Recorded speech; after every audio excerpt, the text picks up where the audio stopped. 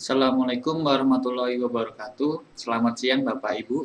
Saya Lingga Kurnia Ramadhani dari UPPTK akan memberikan tutorial terkait Elif ifet.ac.id dan kuliah ifet.ac.id. Untuk materi tutorial ini, yang pertama kita akan mencoba melakukan pendaftaran mahasiswa dengan cara mandiri. Jadi tidak kesulitan seperti yang dahulu. Untuk yang kedua, materinya kita akan mencoba membuat kuis untuk persiapan melakukan UTS daring yang akan dilaksanakan sebentar lagi. Untuk yang pertama, saya akan menjelaskan tentang elif.ifet.ac.id. Untuk langkah yang pertama, kita akan melakukan login dahulu yang terletak di pojok kanan atas. Kita klik masuk. Untuk nama pengguna yang belum pada tahu, kita sebagai dosen akan menggunakan NIY atau NIDN sesuai yang diaktifasi di laman dosen.ifet.id.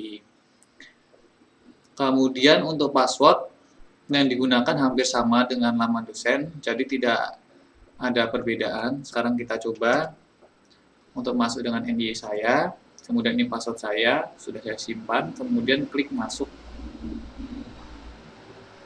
Setelah kita tampil masuk, hal pertama yang kita akan lakukan sebelum melakukan pendaftaran mandiri adalah mencari prodi yang sesuai yang kita ampu. Karena di sini saya akan mencontohkan yang sudah ada. Saya akan coba yang masuk ke PVTM. Kemudian kita coba masuk salah satu perkuliahan, termodinamika.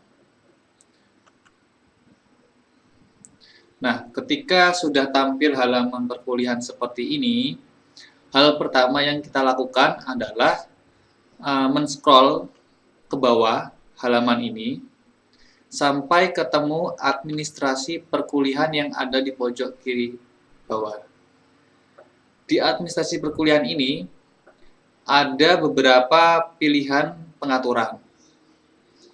Ubah pengaturan ini untuk merubah pengaturan mata kuliah seperti judul, kemudian mulai perkuliahan hingga akhir perkuliahan.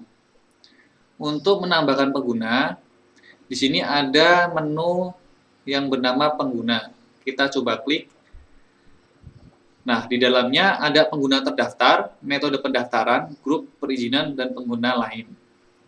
Saya jelaskan dulu yang pertama, pengguna terdaftar itu adalah list nama mahasiswa atau dosen yang terdaftar dalam mata kuliah ini.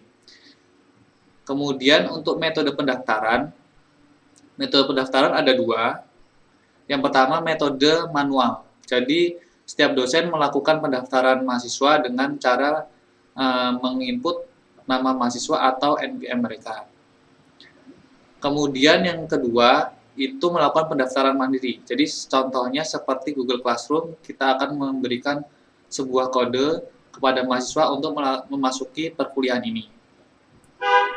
Dan kemudian di sini ada menu grup.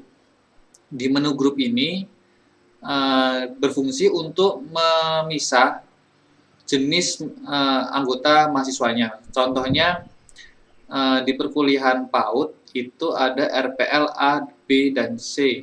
Kemudian kalau kita membuat mata kuliah yang materinya sama berjumlah 3, kesulitan di dosen ketika akan memberikan materi atau merekap nilai.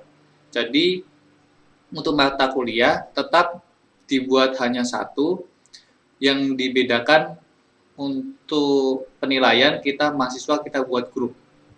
Jadi nanti nama ini kita masukkan ke grup RPLA, nama yang si A ke RPLB, contohnya seperti itu. Kemudian perizinan. Perizinan ini menyangkut siapa yang boleh memasuki perkuliahan ini. Ada yang mahasiswa terdaftar boleh memasuki, mahasiswa tidak terdaftar tidak boleh memasuki. Tamu ada yang dikategorikan boleh memasuki perkuliahan, ada yang tidak boleh. Jadi untuk perizinan. Pengguna lain, ini kita coba klik pengguna lain. Di sini ada beberapa nama dosen. Contohnya kita akan memberikan akses kepada dosen lain, misalkan Kaprodi untuk mengakses ke perkuliahan ini. Sekarang kita langsung ke intinya saja, masuk ke metode pendaftaran. Di metode pendaftaran ini, di sini terlihat ada manual enrollment. Ini adalah manual pendaftaran. Kemudian guest access. Guest access biasanya untuk tamu ataupun asesor untuk mengecek perkuliahan kita. Kemudian pendaftaran mandiri. Nah, ini materi kita hari ini, pendaftaran mandiri. Kemudian langkah yang pertama setelah tampil seperti ini, di menu ubah ini ada gambar mata yang disilang. Kita aktifkan saja. Nah, kita aktifkan. Kemudian setelah itu langkah kedua kita masuk ke menu setting. Untuk tampilannya setelah masuk menu setting seperti ini. Kemudian nama instance khusus ini seperti judul pengarahan ketika mahasiswa ngeklik mata kuliah. Jadi kita buat judulnya daftar mandiri. Daftar mandiri mahasiswa. Untuk allow existing enrollment kita klik ya. Izinkan pendaftaran baru kita klik ya. Kemudian kunci pendaftaran. Nah, kita tampilkan aja, kita ganti. Misalkan Lingga. Kita kasih kode Lingga. Kunci pendaftaran ini nanti kita berikan kepada mahasiswa untuk memasuki perkuliahan. Kemudian gunakan kunci pendaftaran grup. Tidak usah. Penetapan peran bawaan, ya mahasiswa. Jadi setiap orang yang menggunakan kode kunci Lingga akan otomatis perannya terdaftar sebagai mahasiswa. Kemudian untuk durasi pendaftaran, ini kita nonaktifkan saja karena beberapa mahasiswa tidak mungkin untuk login bersamaan hari itu. Kemudian ini juga kita klik tidak karena default, batas notifikasi juga tidak usah, tanggal mulai dan tanggal berakhir juga tidak usah, kita nonaktifkan. Keluarkan penggunaan tidak aktif setelah, nah ini kebijakan dosen, misalkan mahasiswa itu selama 1 semester nggak aktif, otomatis dia dikeluarkan dalam grup. Ini bisa diatur sesuai dengan kebijakan dosen. Kemudian jumlah maksimal pengguna terdaftar. Ini juga bisa diatur sesuai kebijakan dosen, sesuai kelasnya. Jadi mahasiswa dari prodi lain tidak bisa asal masuk ke perkuliahan ini. Kemudian kirim pesan selamat datang. Ini dosen bisa memberikan sebuah ucapan selamat datang. Kita contohkan selamat datang di perkuliahan ini.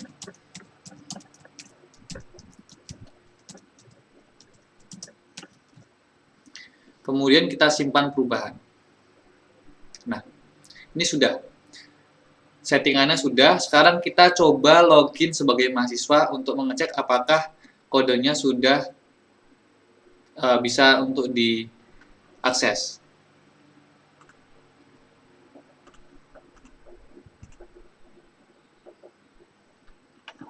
Contoh 1.